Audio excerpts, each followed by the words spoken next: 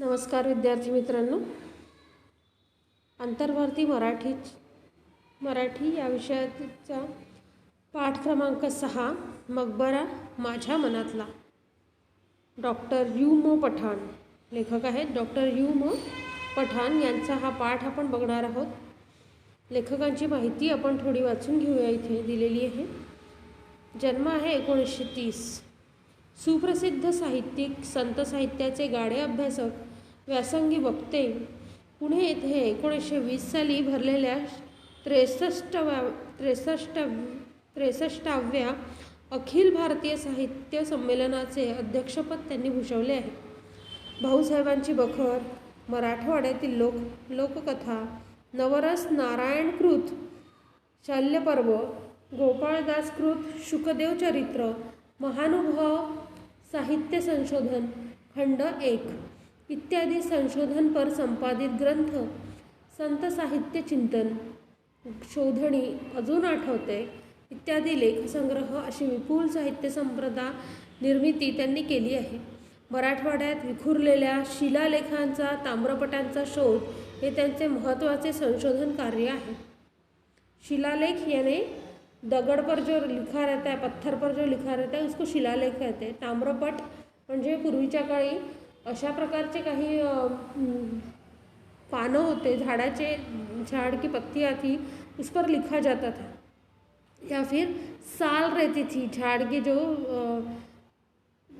खोड़ है उसका जो साल रहता था उस पर लिखा जाता था, उसको ताम्रपट असे म्हणतात. प्रस्तुत पाठात बीबी का मकबरा जो आहे तो औरंगाबादला आहे. आणि हा बीबी का मकबरा आणि लेखक यांच्यात जीवाभावाचे किंवा मैत्रीचे संबंध कसे प्रस्थापित झाले याविषयीची माहिती यात सांगितलेली आहे. इसका पूरा वर्णन उन्होंने किया है कि ये बीबी का मकबरा यानी मेरे जीवन में क्या है, इसके बारे में उन्होंने यहाँ बताया है. प्रस्तुत पाठात बीबी का मकबरा आणि लेखक यांच्यातील जीवाभावाच्या मैत्रीचे वर्णन केलेले आहे. तसेच मकबऱ्याचे विलोभनीय म्हणजे सुंदर वर्णन, विलोभनीय, रमणीय म्हणजे सुंदर वर्णन करताना आपल्या सुखदुःखाच्या क्षणांचा साक्षीदार मकबरा आहे याचेही लेखकाने वर्णन केलेले आहे. मकबरा जो आहे त्याचे सुंदर विलोभनीय वर्णन करताना लेखक के सुख दुख में भी ये कैसे साथीदार था इसके बारे में भी उसका वर्णन किया है. 25-30 वर्ष झाली, लगभग 25-30 साल हो चुके हैं, तरी बीबीच्या मकबऱ्याला माझा आणि मला मकबऱ्याचा कधी कंटाळा आला नाही. रोज ही एक वस्तु देखकर हमें कंटाळा यानी बहुत बोर होने लगता है, लेकिन लेखक बोल रहे हैं मुझे बिल्कुल कंटाळा आला नाही. खरं तर आम्ही रोज एकमेकांना पाहतो, मकबरा माझ्याकडे आणि मी मकबऱ्याकडे. जीवाभावाचे दोन स्नेही जसे रोज एकमेकांना भेटतात तसे आम्ही रोज भेटतो, रोज हम एक दूसरे से मिलते हैं. कैसे? तो जीवाभावाचे मित्र, जीवाभावाचे स्नेही, जीवाभावाचे यानी जिस पर हमारा बहुत लगाव हो चुका है, जो सबसे बेस्ट फ्रेंड जैसा रहता है, वैसे हम जो जिससे रोज़ मिलते हैं वैसे हम मकबरा और लेखक एक दूसरे से मिलते थे. ही मैत्री फक्त त्याला आणि मलाच ठाऊक आहे. यह जो मैत्री है ये मुझे और उसको ही पता है. कारण त्याला भेटल्याशिवाय मला करमत नाही आणि मला भेटल्याशिवाय त्याला करमत नाही. चलो, लेखक को करमता नहीं ये ठीक है, लेकिन वो मकबरे को कैसे करमता नहीं इसके बारे में. तो एक निर्जीव है मकबरा, उसको इनके न मिलने से कैसे नहीं अच्छा लगता होगा. तो लेकिन लेखक बोल रहे हैं कि उसको भी अच्छा नहीं लगता था और मुझे भी नहीं. माझी विद्यापीठाला जायची वाटच मुळी मकबऱ्यावरून गेली आहे. कैसे रोज मिलते थे? तो वहाँ से वो अपने काम के लिए यानी विद्यापीठ, यूनिवर्सिटी, वहाँ जाते थे. वर्षातून फार मोठे 4-2 पाऊस आले की मकई गेटवरून पाण्याचे वर्षातून फार मोठे 4-2 पाऊस आले की मकई गेटवरून पाण्याचे लोंढे खालच्या प्रवाहातून वाहताना फेसाळताना दिसू लागतात. मकई गेट है वहाँ से वो बोल रहे हैं कि बारिश अगर आई तो लोंढे यानी बहुत ऐसे बारिश जोरों के आने के बाद बहुत सारा पानी जो है एक साथ जो आएगा उसको बोल रहे हैं वो लोंढे और फेसाळत यानी फेस युक्त पाणी दिसू लागतं. मकई गेटच्या पुलाजवळचे कठडे माणसांनी फुलून जातात. गेट के पास जो कठडे हैं वहाँ पर जहाँ पे रुका जाता है गेट के सामने में जैसे गेट है वहाँ पर तो उसके बाजू में जो कठडे है यानी बैठने के लिए जगह है, खड़े रहने के लिए जगह है, वहाँ पे मुला माणसांनी फुलून जातात यानी वहाँ पे बहुत गर्दी रहती है. त्यावेळी मात्र मकबऱ्यावरून विद्यापीठाकडे जायची वाट चिखलाते. उस समय जो बारिश के समय चिखलाते यानी बहुत चिखल हो जाता है. चिखलाते तिथल्या अरुंद पुलावरून पाणी वाहू लागतं. वहाँ पे जो पुल है वह पुल अरुंद है और वहाँ से पानी बहने लगता है. मग स्कूटर नेण्याच अशक्य होतं. अशा दिवशी मात्र मकई गेटवरून मकबऱ्याची नजर चुकवून मी जयसिंगपुऱ्यावरून विद्यापीठाच्या भव्य अजिंठा आर्चकडे वळतो. पण तिच्यातून प्रवेशातानाही मन काहीसं कावरं-बावरं होतं. वो बोल रहे कि ऐसे बारिश में मुझे अपना रास्ता चेंज करना पड़ता है. मकई गेट से मुझे जयसिंगपुऱ्यावरून विद्यापीठाच्या भव्य अजिंठा आर्चकडे वळतो. यानी जयसिंगपुरकडे जाकर मुझे आना पड़ता है.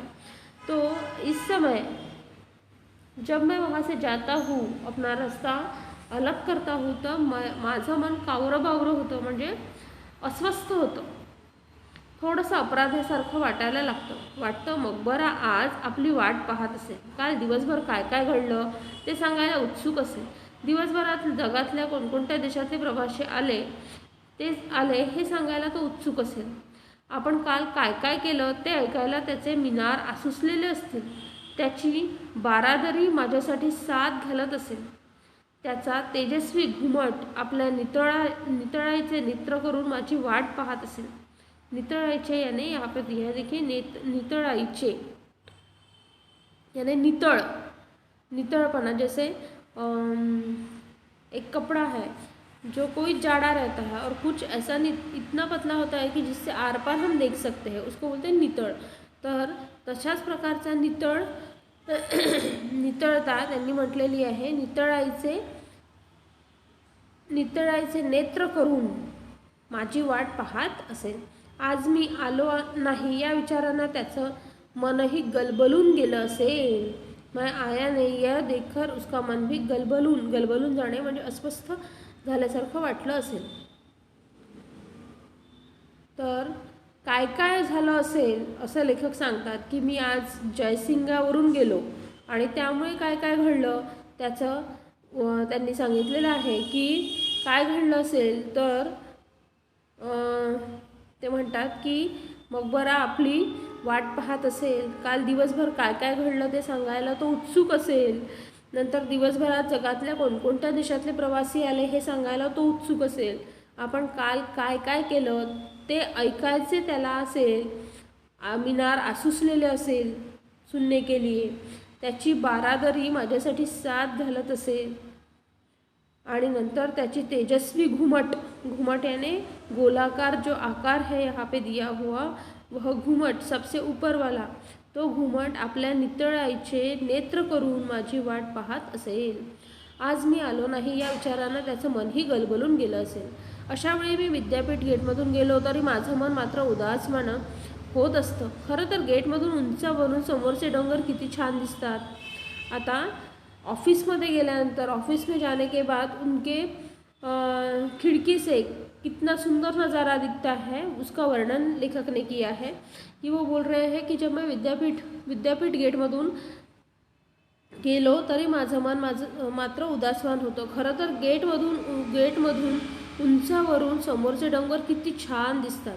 श्रावणातील हिरव्या लवीनं ते मोठे गोजीरवाणे वाटतात. क्षणात पडणाऱ्या पावसाच्या सरीने ते न्हाऊन निघतात. त्यांची कांती तेजोमय झालेली असते. क्षणात पडणाऱ्या कोवळ्या उन्हानं ते तुकतुकीत दिसायला लागतात. त्यांच्यातून उसळणारे झरे मी प्रत्येक वर्षी माझ्या मनाच्या खोल खोल दडवून ठेवतो. या झऱ्यांचे तुषार माझ्या मनाला नेहमीच फुलवत असतात.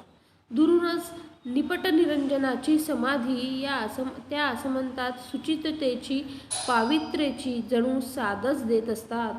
विद्यापीठ गेटमधून वाटचाल सुरू झाली की डांबरी रस्त्याची नागिण कधी सरळ तर कधी नागबोडी वळण घेतं. अतिथीगृहावरून नि मुलांच्या वसतिगृहांवरून सावकाश सरपटत जात असते. विज्ञान विभागांना एका अंगाला टाकून जेव्हा ती कला विद्याशाखेच्या इमारतीकडे वळू लागते, त्याचवेळी मी शेडमध्ये स्कूटर ठेवून माझ्या अभ्यासिकेकडे येत असतो. खरे तर शेडमध्ये स्कूटर ठेवत असताना मकबरा माझ्या पापणीच्या कडेत मला दिसत असतो. त्याच्याकडे पाहण्याचं साहस मला होत नाही. खालच्या मानेनं मी ब्रीफकेस हेलकावत माझ्या अभ्यासिकेत प्रवेश करतो. इथे समोरचं डोंगर, बारिश का सीज़न बताया है. श्रावण महीना जब रहता है वैसी बारिश का मौसम यहाँ पे इस पद्यांश में, इस भाग में लेखक ने बताया. वो बोल रहे हैं कि ये बारिश की वजह से क्या होता है, तो डोंगर सामने में जो डोंगर दिखता है वह ऐसा लगता है कि नहाकर अभी निकला है. वहाँ की जो हरियाली है वो तो इतनी सुंदर दिखती है, बहुत ही सुंदर दिखती है. वहाँ पे हरियाली, हिरव्या लवीनं ते मोठे गोजीरवाने वाटतात. गोजीरवाने यानी सुंदर.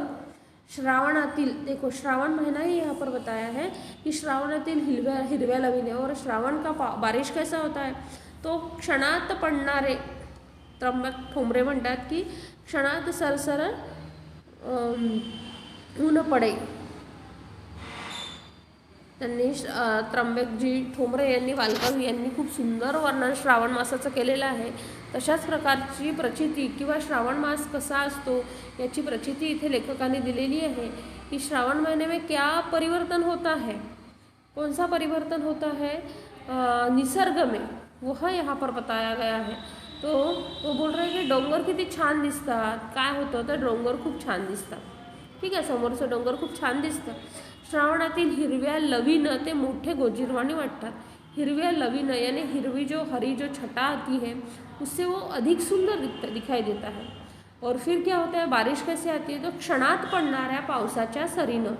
सर यानी एक बार जो बारिश आता है क्षण भर में आता है, फिर से चला जाता है, और फिर से आता है, फिर से ऊन पड़ता है, फिर से आता है, इस प्रकार का शुरू रहता है.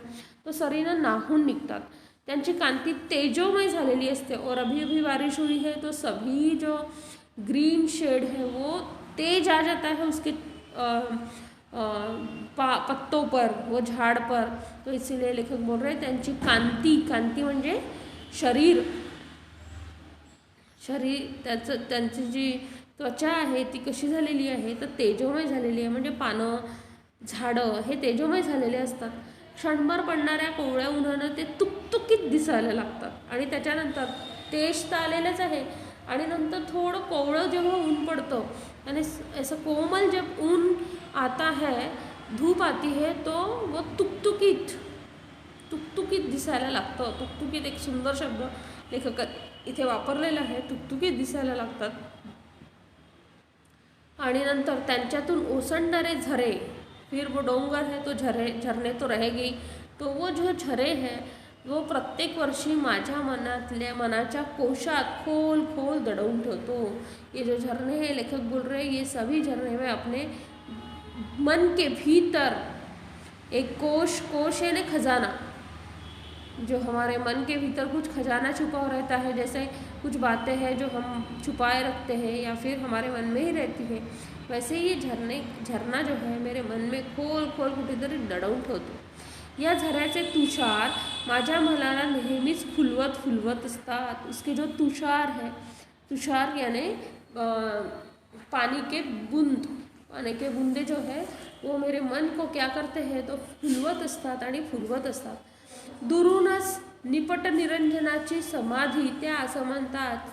निपट निरंजनाची समाधि, दूर से ही निपट निरंजन जो है उसकी समाधि या असमंताला सुचितेची यानी पवित्र सुचिता यहाँ पे दिया है. सुचिता यानी पवित्रतेची पावित्र्याची जणू साथच देत असतात, साथ देत असते. विद्यापीठ गेटमधून वाटचाल सुरू झाली की डांबरी रस्त्याची नागिण कधी सरळ विद्यापीठ गेट से वाटचाल शुरू झाली कि डांबरी जो रोड है वह रोड नागिन कधी सरळ तर कधी नागमोडी वळण घेतो. यानी वो जो रास्ता है ऐसे सर्प के समान, जैसे सर्प चलता है नागमोड़ी आड़ा टेढ़ा वैसे ही वो रास्ता है, ऐसे लेखक को बताना है.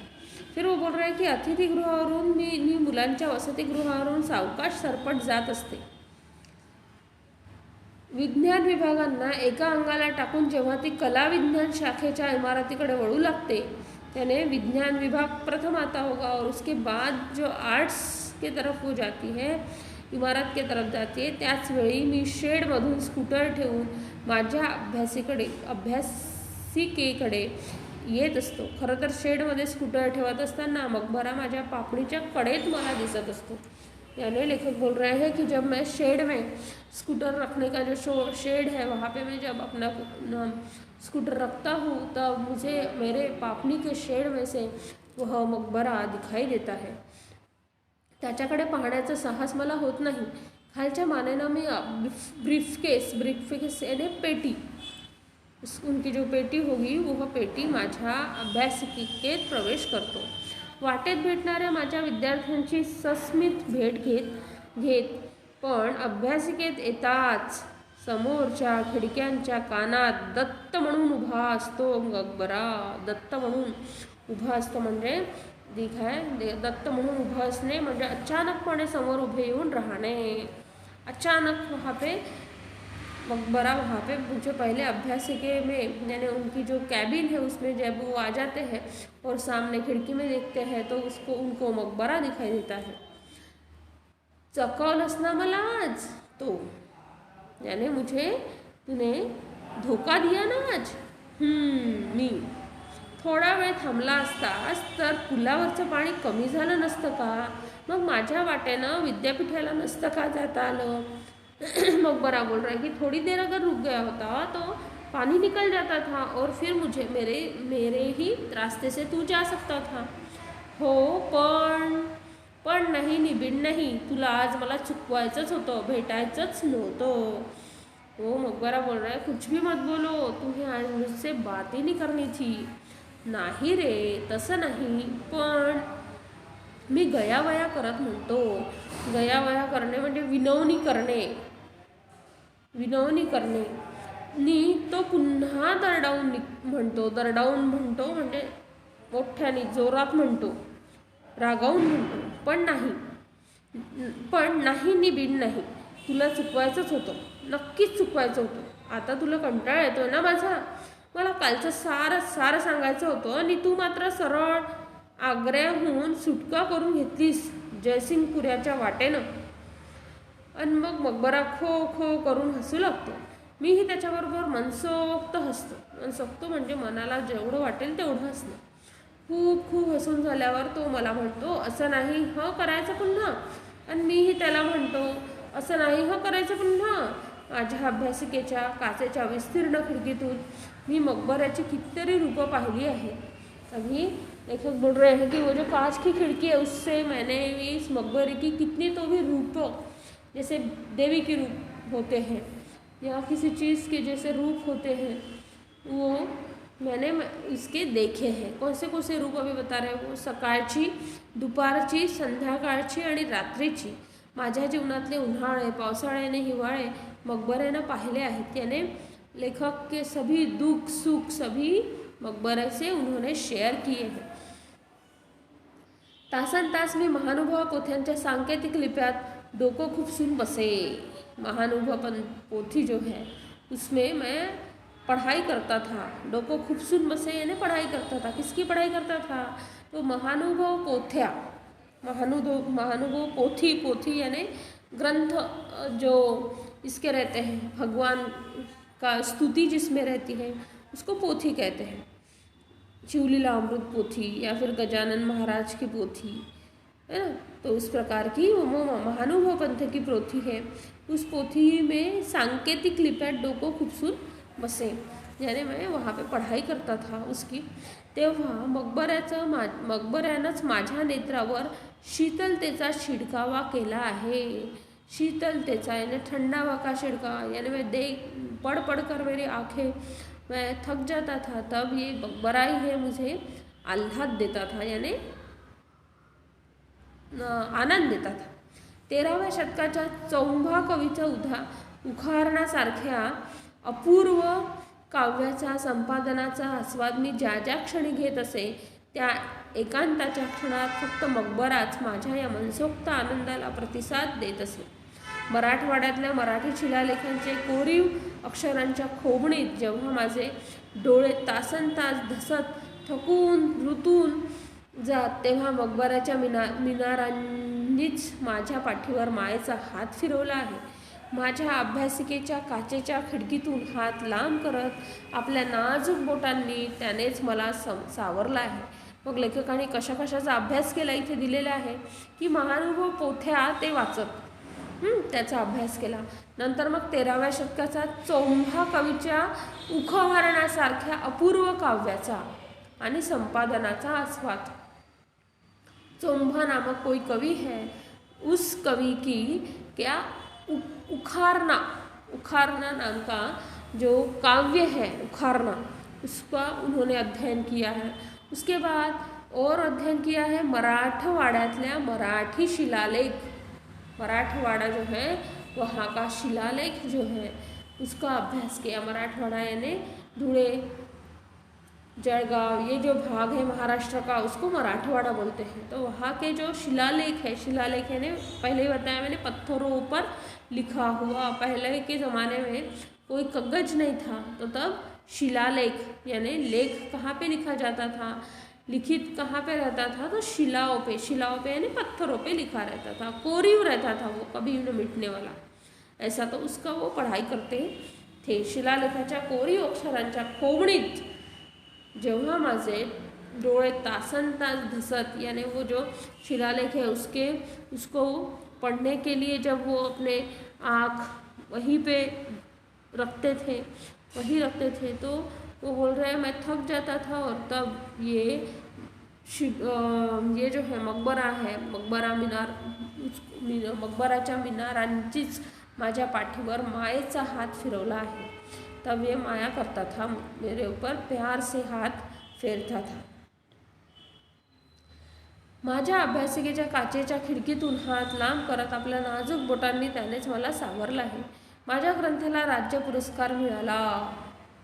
देखिए ग्रंथ को लेखक यमू पठान इनके ग्रंथ को राज्य पुरस्कार मिला. माझ्या व्याख्यानमाला गाजल्या. व्याख्यान यानी स्पीच, ठीक आहे. व्याख्यानमाला गाजल्या. आदर्श प्राध्यापक म्हणून माझा गौरव झाला.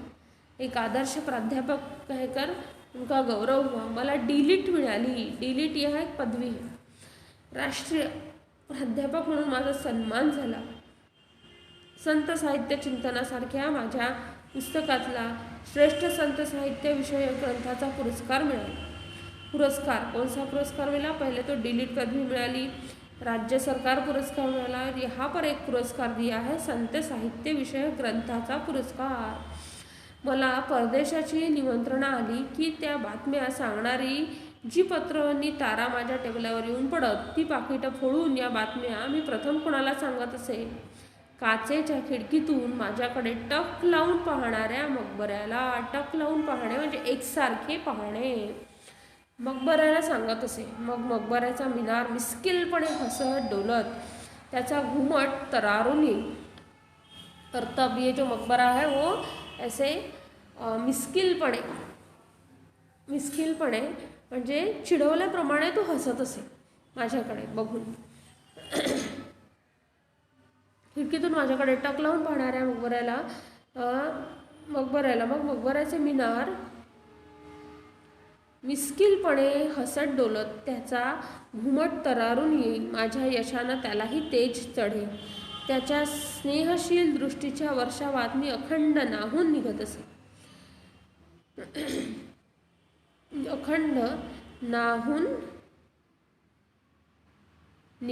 असे. माझ्या आयुष्यात या स्नेहाळ क्षणांना फार फार मोलाचं स्थान आहे. हे सारे क्षण मी माझ्या हृदयात खोल खोल जपून ठेवले आहेत, दडवून ठेवले आहेत. मकबऱ्यानं जसं माझं सुख पाहिलं तसंच दुःखही अनुभवले आहे. गेली 25-30 वर्षे हा आसवांचा खेळ अविरत चाललेला आहे, म्हणजे सतत चाललेला आहे, कुठेही स्टॉप झाला नाही, यापुढेही चालणार आहे. माझ्या मनातलं मकबरा माझ्याबरोबर युगानुयुग अशीच वाटचाल करणार आहे. हिवाळ्यात, पावसाळ्यात आणि उन्हाळ्यात देखील. पाऊल खुणा या संग्रहातून हा पाठ घेतलेला आहे. प्रश्न आहे बघा, लेखकाला मिळालेले पुरस्कार. लास्ट पॅरेग्राफमध्ये आत्ताच पाहिलं आपण.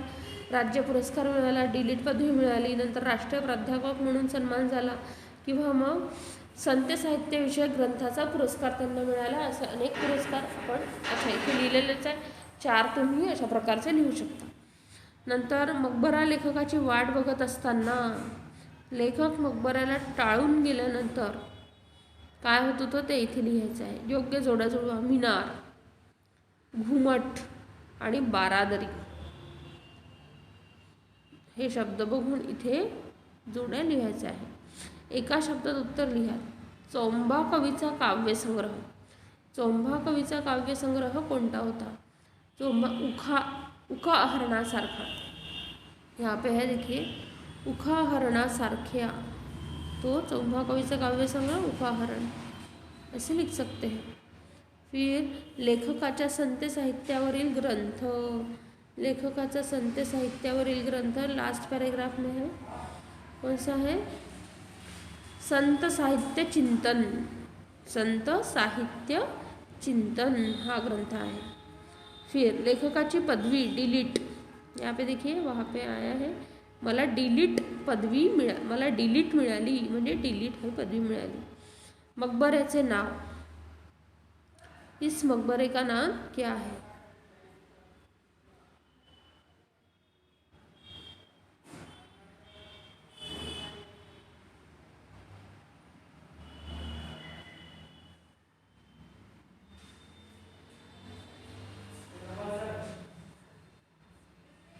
वो लिखना है उसमें.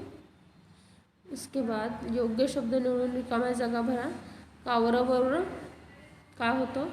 तुकतुकीत काय होते? आसुसलेले, ओसंडणारे, गोजीरवाणे, खळखळणारे हे शब्द तुम्हाला पाठात दिसेल आणि तिथे त्याचं लिहायचं आहे. आता खालील परिच्छेद वाचा. त्यातील नाम, सर्वनाम, विशेषण आणि क्रियापद ओळखू शकता तुम्ही.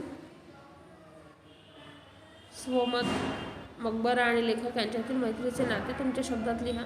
मकबरा लेखकाच्या सुखदुःखाच्या क्षणाचा साक्षीदार आहे, हे विधान पाठाच्या आधारे पटवून द्या. अशा प्रकारची ही प्रश्न आहे. स्वमत आहे, स्वतःच्या मनाचे लिहायचे आहे. मकबऱ्याचे नाव काय आहे? तर बीबी का मकबरा. औरंगाबादमध्ये आहे हा. तुम्ही आंतरजालाच्या साहाय्याने त्याची अधिक माहिती घेऊ शकता. अशा प्रकारचा हा मकबरा आहे. सुंदर मकबरा आहे. प्रतिकृती आहे आग्र्याच्या ताजमहलाची जणू काही असं वाटतं तिथे. तुम्ही पाहिलेल्या एखाद्या ऐतिहासिक स्थळाची माहिती लिहा. मकबरा आणि लेखक यांच्यातील संभाषणाचे संवाद लेखन करून सादरीकरण करा.